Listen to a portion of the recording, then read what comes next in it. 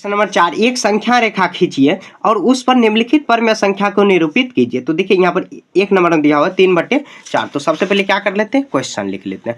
यहाँ पे देखिए 3/4 है, तो हम लोग क्या करेंगे, सबसे पहले एक संख्या रेखा खींच देंगे। देखिए प्लस में ही दिया हुआ है तो कुछ नहीं, यहाँ पर देखिए एक, अगर मान लीजिए यहाँ पर 0 से स्टार्ट करेंगे, इधर -1, माइनस से कोई लेना देना नहीं क्योंकि माइनस में नहीं दिया हुआ है।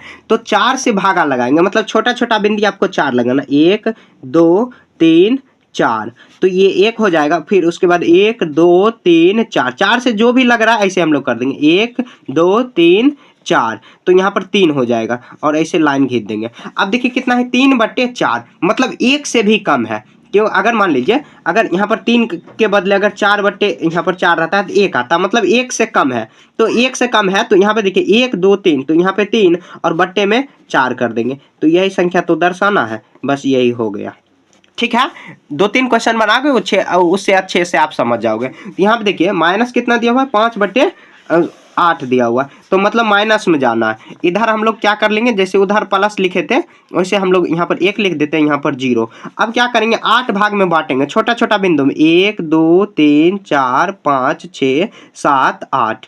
8 हुआ तो 8 के बदले यहाँ पर 1 लिख देंगे, फिर से 1 2 3 4 5 6 7 8।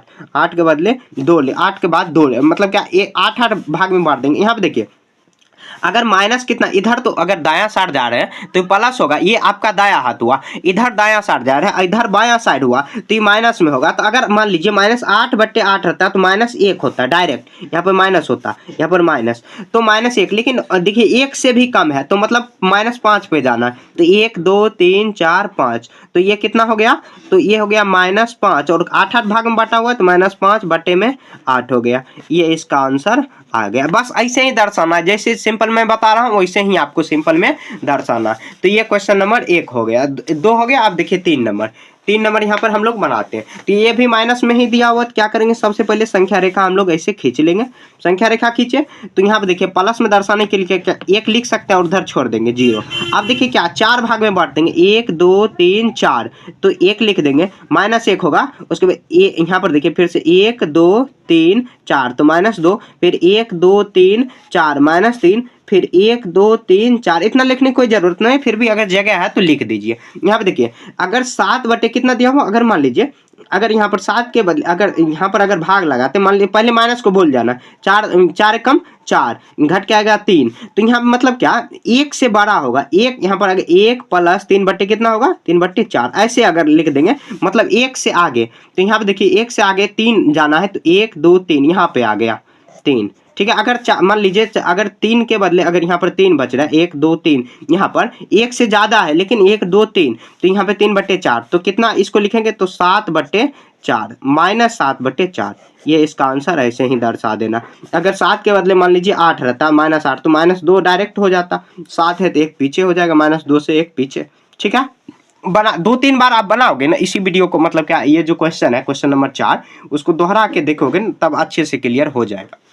ठीक है, अब देखिए ये तो प्लस में है तो क्या करना है, माइनस वाले को छोड़ देना। यहाँ देखिए इधर हम लोग 0 लिख देते हैं, इधर -1 लिख देते हैं, तो कोई फर्क नहीं पड़ेगा। यहाँ देखिए 7 8 है, मतलब 8 भागा में बांटना है, जितना भी भागा में रहे उसको उतना बांटना। 1 2 3 4 5 6 7 8, तो 1 आया।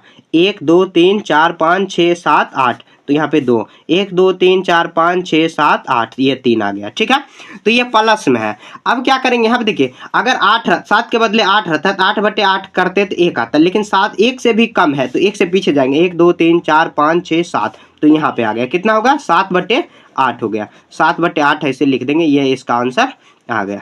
समझ गए, ऐसे आपको सॉल्व कर देना। आप 2-3 बार क्या करो, इसको दोहरा के देखो तब अच्छे से क्लियर हो जाएगा। अब 2-3 बार बनाओगे या एक बार में ही समझ गए होंगे, अगर नहीं समझे होंगे तो आप 2-3 बार दोहरा के देखो इसी क्वेश्चन को, तब आप समझ जाओगे। ठीक है, तो क्वेश्चन नंबर 4 हम लोग ऐसे सॉल्व कर लिए।